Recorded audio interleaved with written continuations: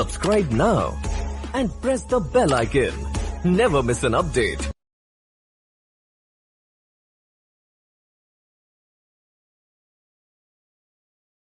Good evening, जय हिंद। फिर से आप सभी का हमारे YouTube channel the best classes में आप सभी का स्वागत है, वेलकम है, खैर मकदम है। जैसा कि आपने देखा पिछले वीडियो में 2 दिनों तक लगातार हमने आपको is am are was word से संबंधित आपके सारे डाउट को अभी तक मैंने क्लियर किया है। आज का जो वीडियो होने वाला है वो कंपटीशन बेस्ड वीडियो होगा और बहुत सारे कंपटीशंस में ऐसे सवाल पूछे जाते हैं जो मैं आज बनाने वाला हूँ। और काफ़ी छोटा वीडियो होगा लेकिन बहुत इंपॉर्टेंट होगा और आप लोग इसको ध्यान से देखें। और एक काम जरूर करना है आपको, आपने अगर मेरा पिछला वीडियो देखा है, हमारे वीडियो को आप ज़्यादा से ज़्यादा शेयर करें, लाइक करें, हमारे चैनल को सब्सक्राइब करना ना भूलें। मैं आपको अंग्रेजी का अमेजिंग सेंटेंसेज और बिल्कुल दिलचस्प सेंटेंसेज आपको बताने वाला हूँ। तो आइए शुरू करते हैं आज का फिर से is am are was were. Is am are was were. मैं पहले ही आपको बता चुका हूं, इज है, एम हूं, आर है या हो, वाज वेयर, ये दोनों का अर्थ एक ही है। एक वचन के साथ और दूसरा बहुवचन के साथ जाएगा जिसका अर्थ होता है था, थी, थे। तो मैं जो आपको आज वीडियो बताने वाला हूं, जो आज आपको मैं सेंटेंसेस बताने वाला हूं, वो बिल्कुल टेंस से रिलेटेड होगा। लेकिन आपको जरा भी इसमें स्ट्रेस नहीं लेना है। आप पूरी दिलचस्पी के साथ, पूरा इंटरेस्ट के साथ आप देखिए मैं किस तरीके से वाज वेयर से और भी सेंटेंसेज आपको बनाने के लिए बताने वाला हूं। देखिए, मैंने शुरू में आपको बताया था, एक बार फिर से मैं शुरू में, कि अगर यहाँ पे आई है और यहाँ पे एम है तो कोई भी प्रोनाउन या नाउन यहाँ पे लिख दें तो वो क्या होता है, सिंपल प्रेजेंट का वाक्य। जैसे आई एम अ मैन, मैं एक आदमी हूं, तो एम के बाद क्या है, यहाँ पे नाउन आया है। मैंने फिर दूसरे वीडियो में आपको क्या बताया, मैंने आपको बताया कि अगर यहाँ पे आई है और एम लगा हुआ है, अब यहाँ पे एम जो आ रहा है वो हेल्पिंग वर्ब, ऑक्सिलरी वर्ब के शक्ल में आएगा। कैसे, यहाँ पे ये आपका क्या है, मैन जो है वो नाउन है, लेकिन अब मैं यहाँ पे नाउन नहीं लाऊंगा बल्कि यहाँ पे कोई वर्ब को लाऊंगा, क्योंकि आपको मैंने पिछला वीडियो में बताया है कि यहाँ वर्ब ला देने से, और वर्ब में आईएनजी अगर आपने ऐड कर दिया तो ये प्रेजेंट कंटीन्यूअस हो जाता है। आई एम गो में अगर आपने ऐड कर दिया आईएनजी, आई एम गोइंग। फर्क क्या है, यहाँ एम मेन वर्ब है। रिमेंबर, आप याद करें पिछला वीडियो में, एम जो है ये मेन वर्ब के रूप में काम कर रहा है क्योंकि यहाँ पे नाउन है। और अब यहाँ जो एम है वो मेन वर्ब नहीं है बल्कि ये एक हेल्पिंग वर्ब का काम कर रहा है, क्योंकि यहाँ पे मेन वर्ब आकर के खड़ा हो गया है।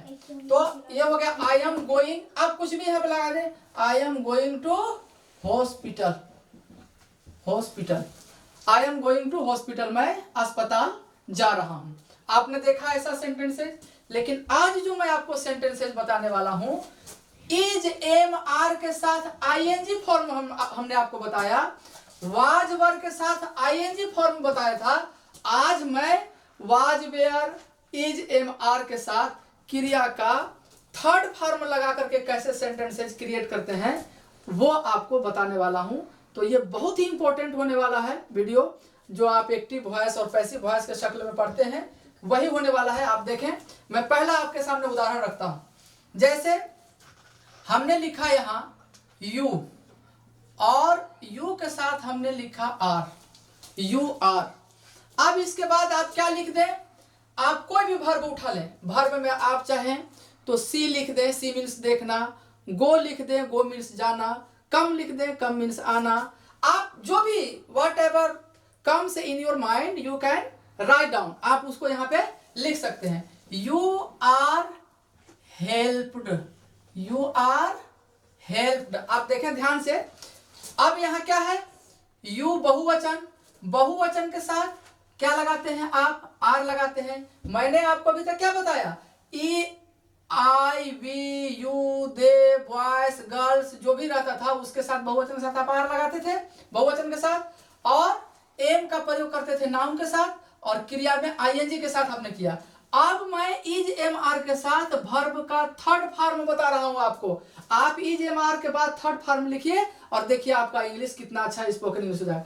यू आर हेल्प्ड मतलब क्या? तुम्हारी मदद की जाती है। इसका अर्थ क्या होगा?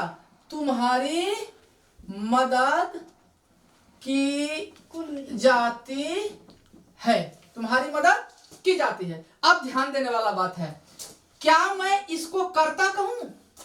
क्या ये सब्जेक्ट है? बिल्कुल नहीं। सब्जेक्ट इसलिए नहीं होगा क्योंकि सब्जेक्ट उसको कहते हैं जो कोई काम करता है। कर्ता का अर्थ ही है कि कोई काम करे, तो यहां करने वाला एब्सेंट है। आप देखें ध्यान से, तुम्हारी मदद की जाती है। ये जो यू है ये किसी का मदद नहीं कर रहा है बल्कि इसी की मदद की जा रही है, अर्थात यहां पर कर्ता नहीं है। तो ये जो कर्ता के जगह पे आया है, और यहाँ पे यू के साथ हमने क्या लिखा? आर लिखा, और क्रिया का थर्ड फॉर्म लिख दिया। तो इस तरह के वाक्य जिसमें की जाती है, ली जाती है, दी जाती है, बताई जाती है, देखी जाती है, सुनी जाती है, बताया जाता है, कहा जाता है, सुना जाता है, देखा जाता है, भेजा जाता है, लिया जाता है, दिया जाता है, इस तरह के जाती है करके शब्द जब आ जाए तो आप समझ जाइए कि ये पैसिव वॉइस है, एक्टिव वॉइस नहीं है। आप देखें ध्यान से, यू आर हेल्प्ड तुम्हारी मदद की जाती है। I am seen, I am seen मुझे देखा जाता है, मुझे देखा जाता है। He is beaten, he is beaten उसे पीटा जाता है, उसे पीटा जाता है।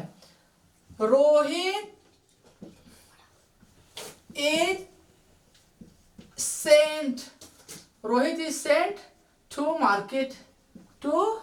मार्केट। मैंने लिखा रोहित इज सेंट, रोहित भेजा जाता है। कहां भेजा जाता है? To market. रोहित को कहां भेजा जाता है? बाजार भेजा जाता है। रोहित को बाजार भेजा जाता है। अब आप देखें ध्यान से इसमें कि आपने क्या देखा, मैं पूरा रिवाइज कर दे रहा हूं एक बार। शुरू में आपने पढ़ा कि अगर इज एम आर के बाद कोई नाउन हो जाए तो इसको प्रेजेंट सिंपल कहा जाता है। आईएनजी अगर लग जाए इज एम आर के साथ तो इसको प्रेजेंट कंटिन्यूअस कहा जाता है। लेकिन अगर I, we, you, they, boys, girls कुछ भी हो, उसके साथ इज एम आर लगा करके वर्ब का कौन सा फॉर्म लिख दिया जाए?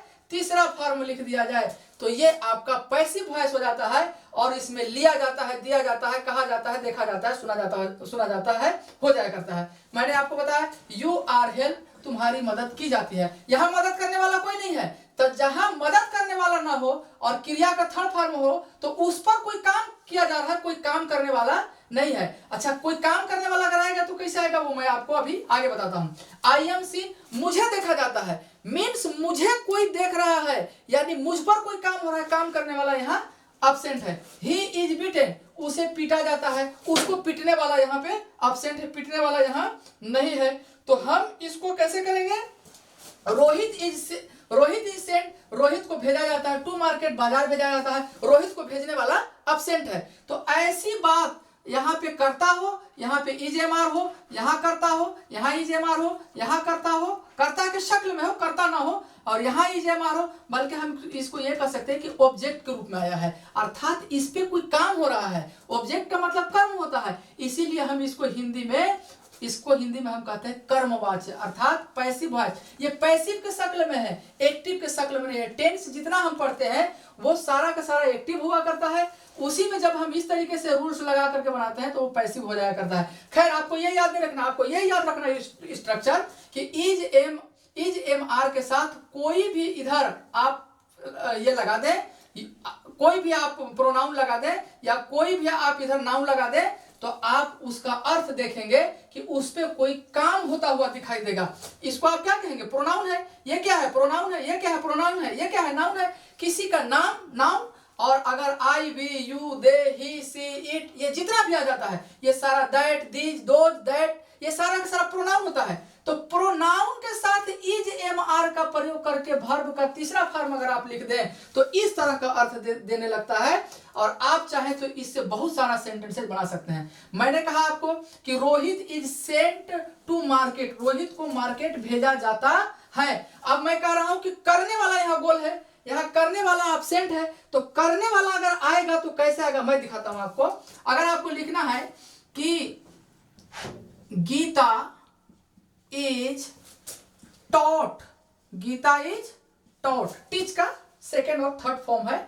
गीता इज टॉट, गीता को पढ़ाया जाता है या गीता को पढ़ाई जाती है, गीता को पढ़ाई जाती है। तो गीता के ऊपर काम हो रहा है, ना कि गीता कर रही है, गीता नहीं कर रही है, गीता के ऊपर काम किया जा रहा है। क्या किया जा रहा है? गीता को पढ़ाया जाता है। अब पढ़ाने वाला यहाँ एब्सेंट है, पढ़ाने वाला नहीं है, कौन कर रहा है इस पे काम? वो नहीं है, अर्थात करता नहीं है। करता अगर यहाँ आएगा तो कैसे आएगा?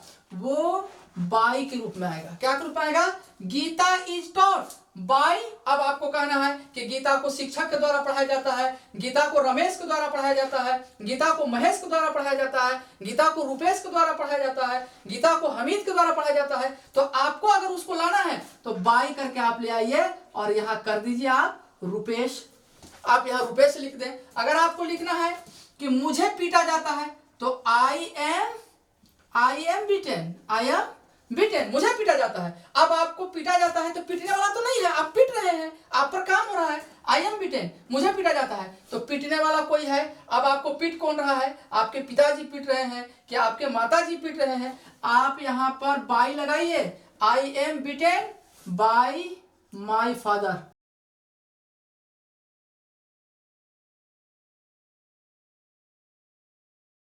My father.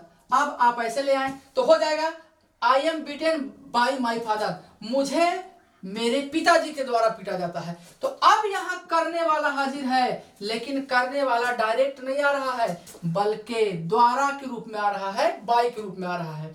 तो इस तरह का जो सेंटेंसेज हम बनाते हैं, ज्यादातर हिंदी में हम रोजमर्रा की जो बोलचाल हमारी होती है उसमें हम ऐसी बातें करते हैं, बोलते हैं। तो आप स्पोकन इंग्लिश में इस तरह का सेंटेंसेस का उपयोग करके धड़ल्ले अंग्रेजी बोल सकते हैं। Gita is taught by Rupesh, Gita को रमेश के द्वारा, गीता को रमेश के द्वारा पढ़ाया जाता है, गीता को रमेश के द्वारा पढ़ाया जाता है। I am beaten by my father, मुझे मेरे पिताजी के द्वारा पीटा जाता है। इस तरह से आप बना सकते हैं। तो ये आपका सारा का सारा सेंटेंसेस अफर्मेटिव टाइप का हो गया, अफर्मेटिव प्रकार का है, सकारात्मक प्रकार का है। इस तरह से आप सेंटेंस बना करके अपने बोले जाने वाले वाक्यों में वाक्यों को इनहेंस कर सकते हैं, अपनी ज्ञान को बढ़ा सकते हैं। अब इसी में अगर आपको नकारात्मक बनाना है तो कैसे बनाएंगे? बड़ी आसान, मैं एक उदाहरण आपको दिखा देता हूं। मुझे नहीं भेजा जाता है, मुझे नहीं भेजा जाता है, मुझे नहीं भेजा जाता है। आपको कहना है मुझे नहीं भेजा जाता है, तो क्या कहेगा? I am not sent. क्रिया का तीसरा फॉर्म लग गया सेंट। सेंड का send, sent, SENT, sent. I am not sent, मुझे नहीं भेजा जाता है, उसे नहीं बुलाया जाता है, उसे नहीं बुलाया जाता है। तो क्या लिखेंगे? he is not called, उसे नहीं बुलाया जाता है। तो आप नकारात्मक टाइप का बना सकते हैं ऐसे सेंटेंसेस, और रोज स्पोकन इंग्लिश में आप इसका इस्तेमाल कर सकते हैं। अब इसी में अगर आपको प्रश्न करना है, प्रश्नवाचक टाइप का बुलाना है, क्या तुम्हें स्कूल भेजा जाता है? क्या तुम्हें इस बाजार भेजा जाता है? क्या उसे यहाँ बुलाया जाता है? क्या तुम्हें फिल्म दिखाया जाता है? क्या तुम्हें अंग्रेजी पढ़ाया जाता है? क्या उसे अंग्रेजी पढ़ाया जाता है? क्या उसे, इस तरीके का सेंटेंस जितना चाहे आप बना सकते हैं। जैसे मैं एक सेंटेंस लिखता हूं, क्या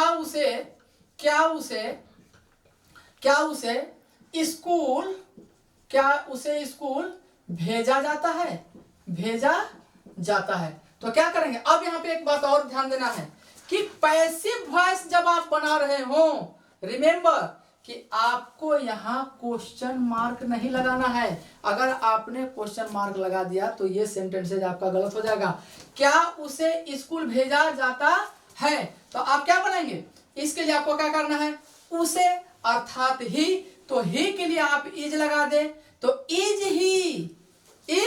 ही। अब भेजा जाता है, तो भेजना इस तरीके का सेंटेंस जब आता है, अभी क्रिया का हम थर्ड फॉर्म में है, तो क्रिया का हमको थर्ड फॉर्म लिखना होगा भेजना का, तो सेंट लिखिए, आप क्या लिखिए, इज ही सेंट, क्या उसे भेजा जाता है, कहाँ भेजा जाता है, स्कूल, तो to school, is he sent to school, क्या उसे स्कूल भेजा जाता है। तो पैसिव वॉइस में हम अमूमन क्या करते हैं कि प्रश्नवाचक वाक्य, प्रश्नवाचक क्वेश्चन मार्क वहां पे नहीं लगाते हैं, ये रूल्स कहता है।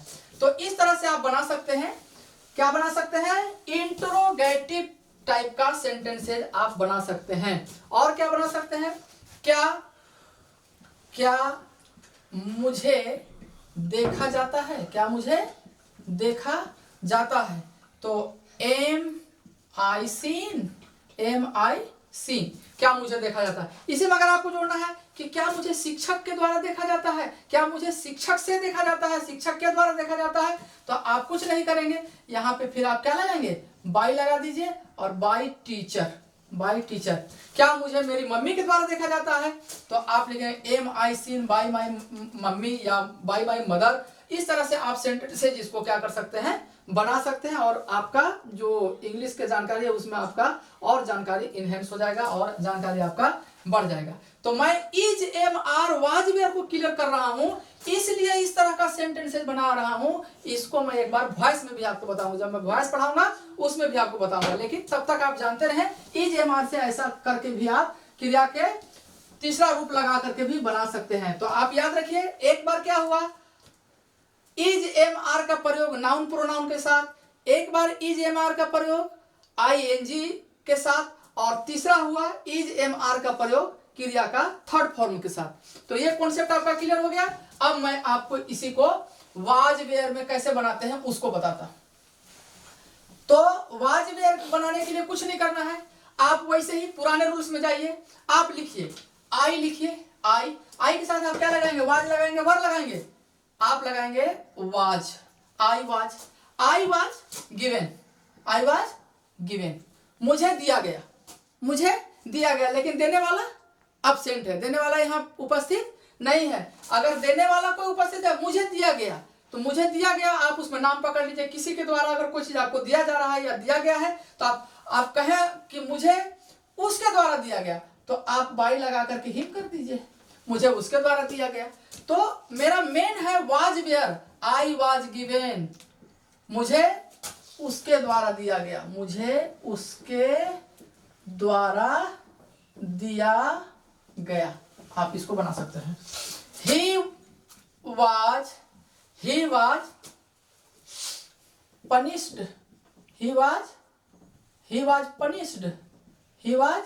punished, उसे सजा दी गई या उसे सजा दिया गया। अब सजा देने वाला बोल, ये सजा को खाने वाला है, तो यहाँ जो है काम जिस पे हो रहा है उसको सेम वैसे ही है जैसे इज एम आर में था। आई वाज गिवन, मुझे दिया गया, देने वाला बोल, और अगर देने वाला को आपको लिखना है तो बाई करके हिम, तो मुझे उसके द्वारा दिया गया। ही वाज पनिश्ड, उसे सजा दिया गया, सजा देने वाला यहाँ एब्सेंट है, चाहे तो आप कर सकते हैं I was punished bye teacher, शिक्षक के द्वारा मुझे सजा दिया गया, शिक्षक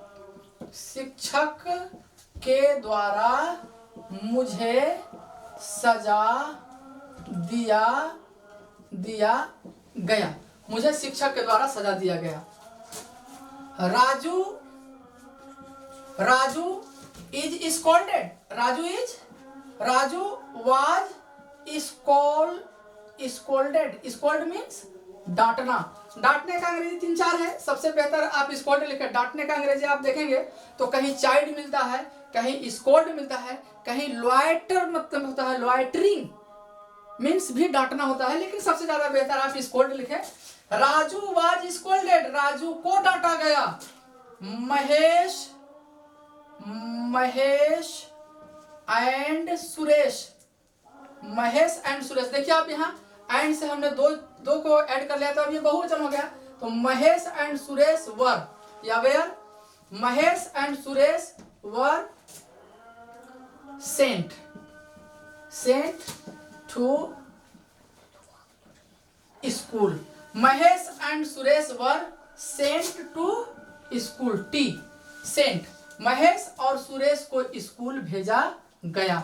तो इस तरह से वाज वर का प्रयोग करके भी आप अपना स्पोकन इंग्लिश को मजबूत कर सकते हैं। मेरा मकसद सिर्फ और सिर्फ वाज वेयर का पूरा जानकारी आपके दिमाग में एक ही बार में डाल देना है, इसलिए मैंने 3 दिन तक लगातार is am are was were देखा हूं। मैंने बहुत सारे यूट्यूबर्स जो है वो इज एम आर को सारा कॉन्सेप्ट को क्लियर नहीं करते, एक एक चीज को बता करके निकल जाते हैं। उसमें होता क्या है कि बहुत सारे बच्चों को हेजिटेशन होता है और वो इससे संबंधित सवाल पूछने लगते हैं कि सर मैंने तो पढ़ा है वाज वेयर के साथ आईएनजी होता है, मैंने तो किताब में देखा है, और वो ये नहीं जानते कि वाज वेयर के साथ आईएनजी तो होता है, उसके साथ थर्ड फॉर्म भी होता है। वाज वेयर के साथ थर्ड फॉर्म ही सिर्फ नहीं होता बल्कि आईएनजी फॉर्म भी होता है, जिससे कोई वर्तमान में काम हो रहा है का पता चलता है, या किसी जमाने में कोई काम हो रहा था उसका पता चलता है इससे। और यहाँ जो काम हो रहा है वो वर्तमान में इज एम आर के साथ कोई काम किया जाता है किसी के द्वारा, या कोई करने वाला एब्सेंट है लेकिन कोई काम किसी के द्वारा कर दिया गया, तो आप वाज वेयर के प्रयोग से ऐसे वाक्यों को क्या कर सकते हैं, बना सकते हैं। तो मैंने आपको ये बता दिया, तो ये अफर्मेटिव टाइप हो गया। अब एक आध मैं नेगेटिव भी बना के दिखाता हूँ। नेगेटिव में देखिए, they were not helped, they were not helped, उनकी मदद नहीं की गई, उनकी मदद नहीं की गई। तो नॉट लगा दीजिए आप यहाँ पे वाज वेयर के बाद। तो नॉट लगा देने से क्या हो जाएगा, वो सेंटेंस नकारात्मक हो जाएगा। अब आपको इसी को बनाना है, इंट्रोगेट टाइप का सवाल करना है, क्वेश्चन करना है आपको कि क्या मुझे किताब दिया गया, क्या मुझे किताब दिया गया। किताब देने वाला नहीं है लेकिन आप सवाल करते हैं क्या मुझे किताब दिया गया, क्या मुझे पैसा दिया गया, क्या उसके द्वारा मुझे भेजा गया, क्या मुझे भेजा गया, क्या मुझे कहा गया। इस तरह से सेंटेंसेस बनाते हैं। तो उसके लिए क्या करते हैं, वाज वर्ब को आप पहले ले आए। जैसे क्या मुझे भेजा गया, क्या मुझे कहा गया, तो मुझे यानी आई, तो आई के साथ आप क्या लिखेंगे, was I sent, was I sent, क्या मुझे भेजा गया। हो गया बस, बिल्कुल छोटा सा वाक्य है, क्या मुझे भेजा गया, क्या मुझे भेजा गया, क्या मुझे भेजा गया, क्या उसे देखा गया, क्या उसे देखा गया। तो क्या बनाएगा, क्या उसे देखा गया। बनाइए, कैसे बनाएंगे आप इसको, क्या उसे देखा गया। तो उसे के लिए ही के लिए आप क्या लगाते हैं, वाज। तो वाज ही सीन, क्या उसे देखा गया। बोलते हैं ना कि क्या उसे बाजार में देखा गया, क्या उसे बाजार भेजा गया, क्या उसे यहाँ बुलाया गया। तो ऐसी सेंटेंसेस को बनाने के लिए आप इस स्ट्रक्चर का प्रयोग करिए और बिल्कुल आप देखेंगे कि देखते ही देखते आपको इज, एम, आर और वाज वर्ब से जितना भी अंग्रेजी का प्रॉब्लम है आपको सॉल्व। इसके अलावा और कोई इज, एम, आर और वाज वर्ब का कहीं कोई प्रयोग नहीं है। आप एक नाउन प्रोनाउन के साथ जाइए, आईएनजी के साथ जाइए उसमें इज, एम, आर के साथ, और एक क्रिया के थर्ड फॉर्म के साथ जाइए। तो मैंने अपने तरफ से बिल्कुल कोशिश किया कि आपको अच्छी तरीके से ये समझ में आ जाए is, am, are was verb का, ताकि आप फिर दोबारा आपको कहीं किसी के सामने एम्बैरेस ना होना पड़े, आपको शर्मिंदगी का सामना ना करना पड़े।